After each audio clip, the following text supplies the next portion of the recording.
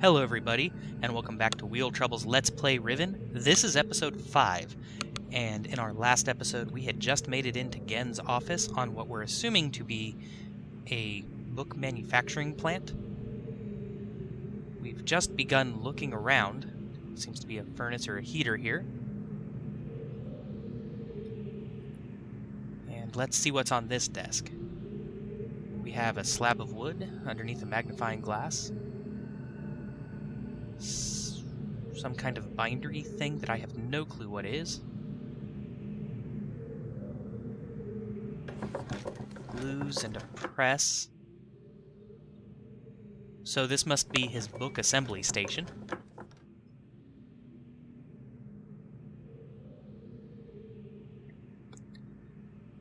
Different books that he's manufactured thus far.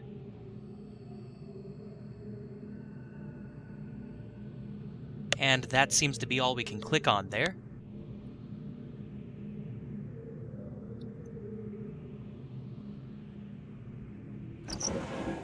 We have eggs.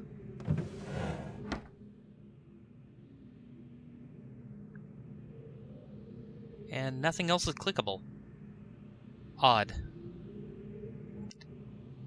Some other various instruments. We have the trap that we'd seen in the other room.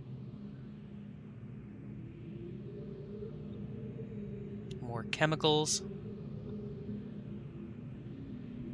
Frog corpses. I'm guessing that's what's in that trap. And Gen's journal.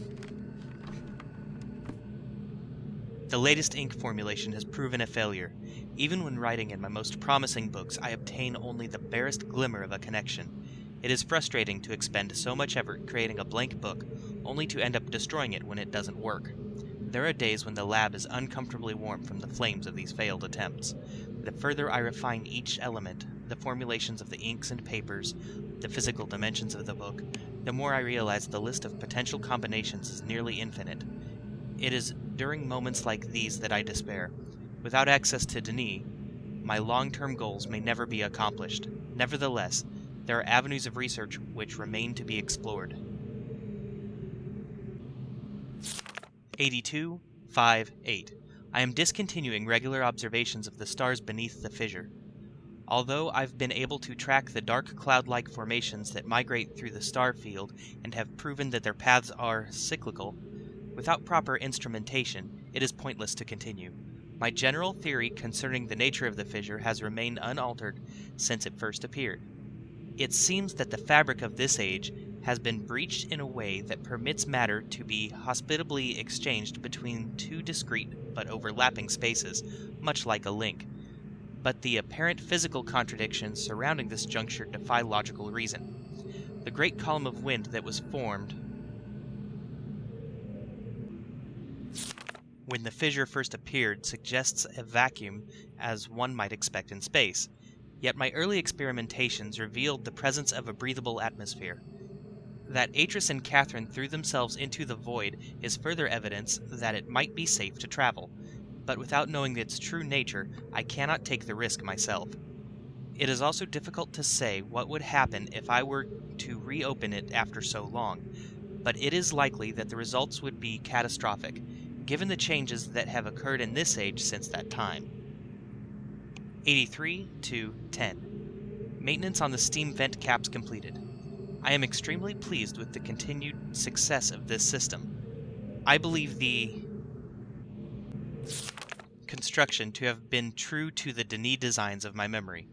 Another example of the superiority of the Denis technology. It's ironic that Atris and Catherine unwittingly provided me with such a convenient source of power.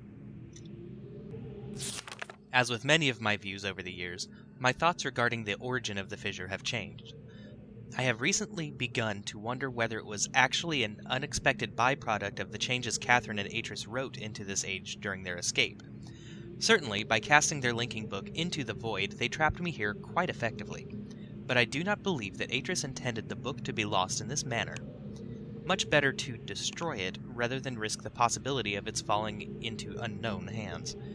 Also, had they foreseen the creation of the fissure, they would certainly have thought that the vacuum it created would eventually consume the atmosphere of this planet, a fate which Catherine undoubtedly would have deemed unacceptable for her home world. If I had not been there to supervise the construction of the seal, this is most certainly what would have happened, for the villagers were far too frightened to even approach the vortex without my urging. I hold on to the belief that it was an unintended consequence of their writing for another reason as well. I prefer to think that my son had meant for this age to merely be a prison for me, rather than a death sentence. 83.5.14. The construction of the imagers has proceeded without fault. It is interesting to see how easily I've been able to adapt the Denis technology to mimic that of the Ahmad. In some ways, the similarities between the two cultures was striking. I wonder if perhaps there had been communication or commerce between the two cultures in earlier times. Maybe Keda's people were even descendants of the Denis. It pleases me to think so. Note: it's possible that if I were somehow able to supply the books with a power source of sufficient magnitude, I could suppress the variance enough to facilitate a solid link. It is doubtful that the geothermal cap generators could provide such an enormous surge. Perhaps I could adapt the fire marbles. I have been cataloging the natural elements of this age for nearly 30 years now, yet I still continue to find evidence of the Denis preoccupation with 5. As a boy, it was very clear to me that the number 5 had a special significance to the Denis society, from the ancient heraldic emblems of the ruling elite to the humble homes of the commoners. It was ubiquitous. Its presence here is obviously a direct reflection of the minds that designed the texts that I used to compose this age. Further proof that through their art, the Denis masters were indeed creating the marvelous worlds they wrote, and not, as many have mistakenly thought, merely building links to pre-existing worlds. While most of my constructions have been based on Denis designs, I see now that the ones that I have imbued with the power of 5 are clearly the most beautiful, the most perfect, and I believe the most structurally sound. I am still attempting to determine how the Denis color symbology reflects this superior design principle.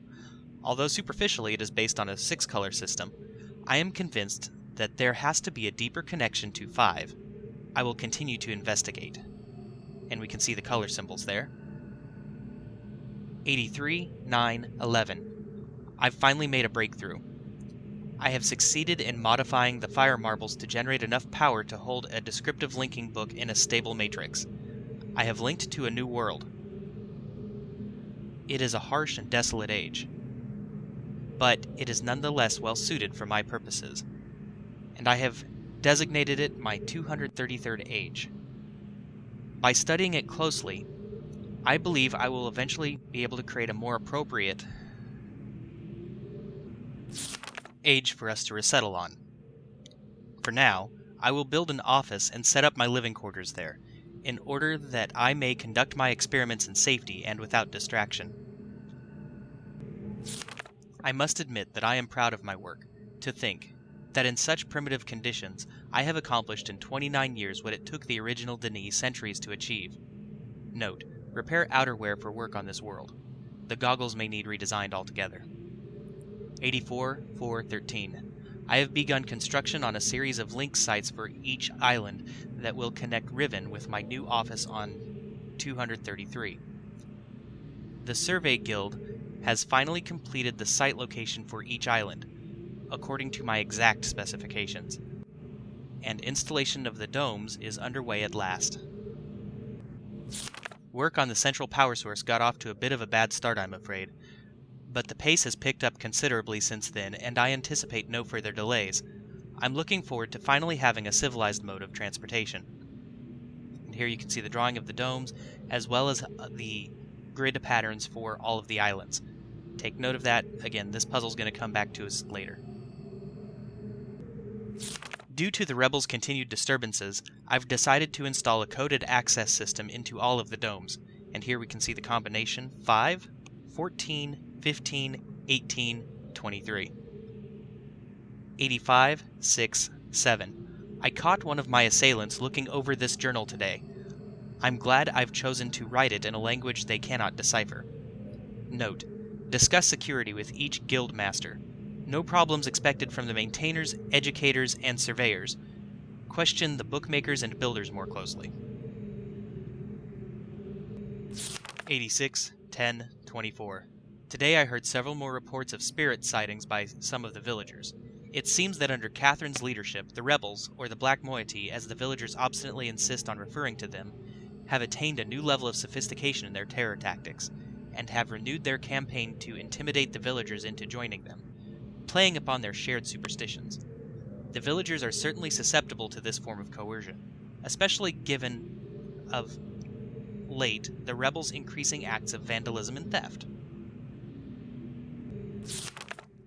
87-1-15. The Etram traps have been steadily fruitful this year. Apparently, the breakup of the islands has not adversely affected the subterranean ecosystems. Unfortunately, I imagine the rebels are experiencing a similarly generous harvest. No shortage of poison for their darts this season. Such morbid issues aside, the sudden availability has allowed me to refine a particularly pleasant extract for my pipe, one that is smoother than any of the others from recent years. 87-3-29. Chemical analysis of one of the rebel knives has yielded curious results. Its composition contains elements that are unlike anything I've encountered on the islands. It appears that they have access to a resource of which I am unaware, perhaps a mine or uncharted island. Note: most of the knives have been found on the south side of the village. This is the same area in which there have been reports of people mysteriously disappearing.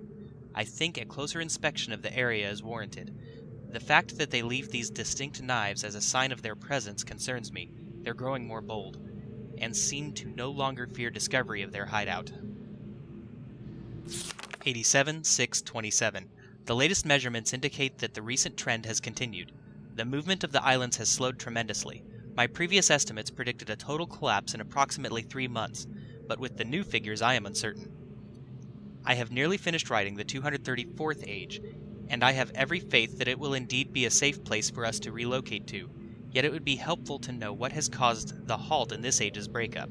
Is it possible that it's stable after all? If so, I must discover how this age differs from my less successful attempts. My examinations of the 233rd age have thus far proven inconclusive. Or perhaps someone is repairing the damage to the 5th age. If so, it would almost certainly be Atris doing. I have reluctantly decided to abandon my experiments into the behavior of the water of this age, as there are more pressing matters on which I must now concentrate, leaving me little time for such speculative research. For future reference, however, my investigations up to this point have revealed the following.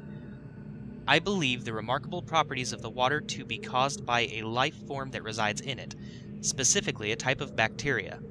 I am imagining a motile unicellular organism, but one with structures capable of holding bits of water, whose combined effect, via surface tension, a stronger force, causes the composite body of water to move in response to heat. Prolonged exposure to extreme heat, for example a period of extended boiling, seems to kill the bacteria, which would explain its dramatic aversion to heat sources. Unfortunately, these theories are still not fully tested, and I remain ignorant both of its deeper nature and its possible uses. 87-7-6. An exciting development. Last night, a squad of maintainers stumbled upon a lone rebel scout and obtained from him a most incredible device. It is a crystal that somehow powers these flawed linking books, much as my own system does, but with an obvious advantage. It is small and weighs only a few pounds, making it completely portable. Catherine must have fabricated the device before I captured her. Obviously, with an explicit Denise schematic she must have brought with her to this age. If only I had access to such a document all these years. Regardless, I can now concentrate solely on the writing of ages, and need no longer worry about the building of elaborate power sources for each new book I write. This is a sobering reminder, however, that I must continue to seek an avenue to Denis. Regaining access to the resources there may be crucial to the completion of my mission.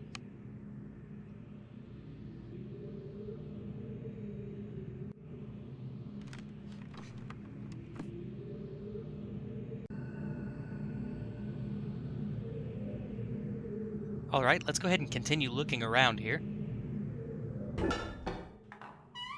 Let's just see if this is still locked from the other side. We were kind of nervous in the last episode about going through it just because we didn't know if it would open again. But we do know how to get back in that room, so it's worth the gamble. Okay, we do have a walkway going straight back to the Gold Dome Island,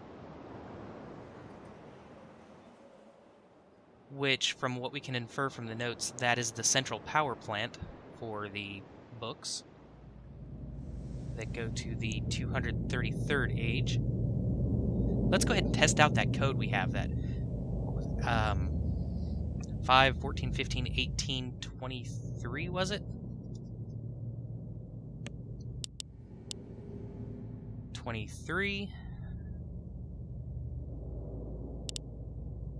18, and we don't have power to these, so obviously the books won't work, but we can still test the combination. 15, 14, and 5.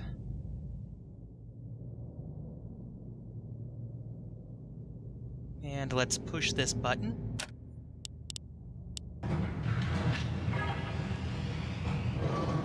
We've got noises. That code is a success.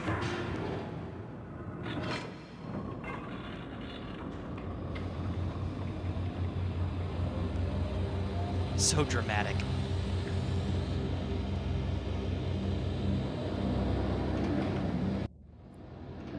So we have an option. We have the book and we have a pressure switch on the floor.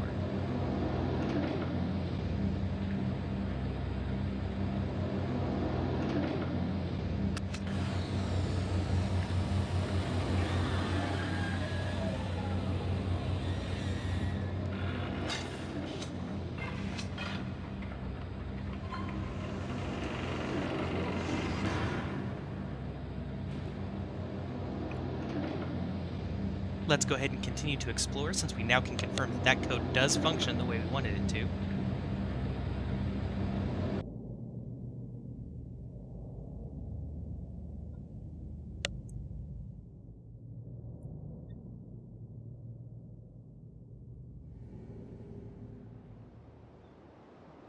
And at least we now know why the minecart didn't flood. Those rings that we were passing through must have been heat sources. Clever little trick again. Okay, drop this lever down.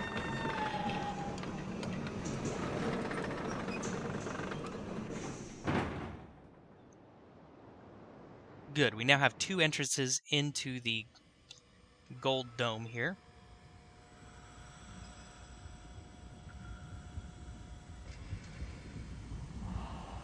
And let's extend this so we don't have to dance around any more than we have to in the future.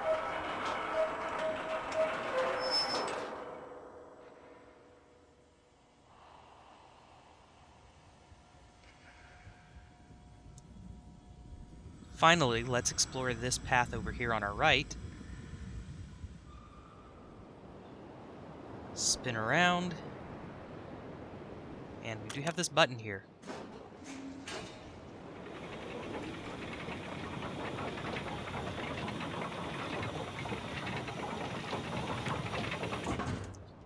Voila! One walkway complete. So let's go ahead and go to the end of this walkway and see where we end up. Beautiful view of that lone island out there. Another one of the spinning marble things, which we did see from the other angle in a prior episode. Finally, this door is unlocked.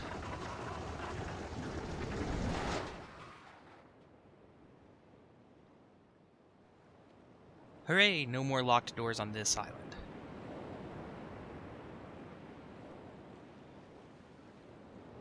Let's go ahead and backtrack a little bit and see if we can't find our way to that dome over there. Finish exploring this temple island, power island, whatever we want to call it.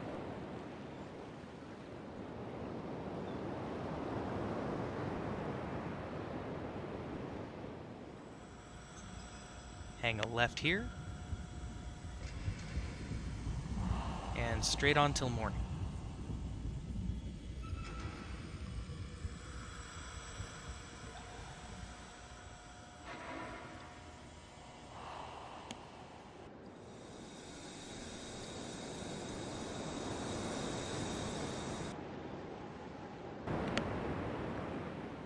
Now let's see if this button works for us at all. Once I just double check everything here. Okay, that's all set. Still want to know how to get to that island. Anyway, look up. Yay. Okay, so that valve runs to probably the star fissure viewing device, not advice, my apologies. It's been a long day. And all that book reading was difficult. Now we'll push this button. And this elevator now works. So what we have is a 2-tier elevator. The reason it wasn't working before is it was already in the down position, so it couldn't move down. And the only way to call up was the button up top.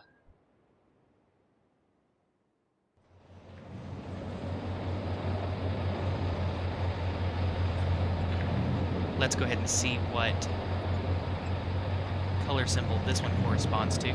Make sure to write this down on your little notepad as well for future reference. And we still don't have the definition of colors yet. That's going to come later.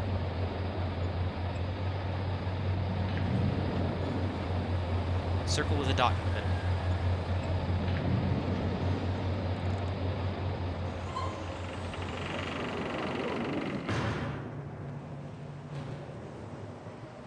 And there we go. We'll see you next time. Wheel Trouble out.